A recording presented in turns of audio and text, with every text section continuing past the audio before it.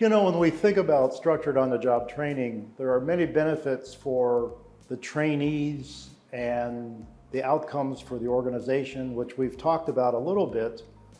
But one of the consequences of using SOJT also is what impact it has on the learning and development professionals in the organization. And to be honest with you, when I work with an organization, I am very critical. I look very carefully at the commitment of the training professionals in that organization, whether or not they are willing to accept new roles, to learn new skills that maybe require them to do things that they've never done before. For example, the work analysis part. Job and task analysis. This is something that a lot of people have not studied in their academic programs, and yet it's critical.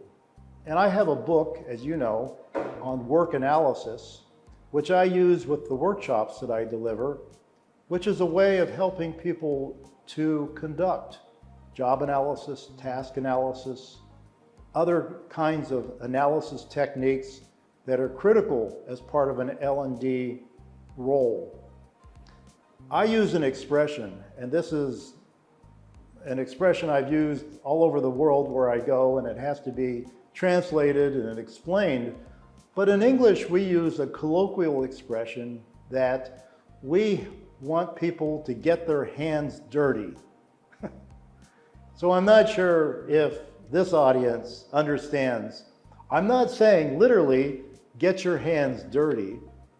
But what I am saying is that when you do things like train the trainer, when you are conducting job and task analysis, that means that you have to step away from your office in the headquarters building in HR.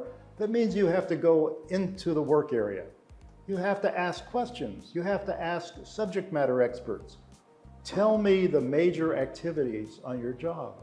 And you have to probe. And you have to listen, and you have to document, and then get back the information and get feedback. How well did I do in listening to what you say? And I can also use the resources on the web as well to find information about what I'm looking for in a particular job. So getting your hands dirty means you're getting engaged. And I have seen in almost every culture that I've been involved, that I've traveled in, China, US, Europe, Africa, Asia, as I mentioned, and also here in the Middle East. It's really no different. A lot of times we get lazy. We want to just do everything from our desktops or deliver everything through our training classrooms or call a consultant and deliver a program.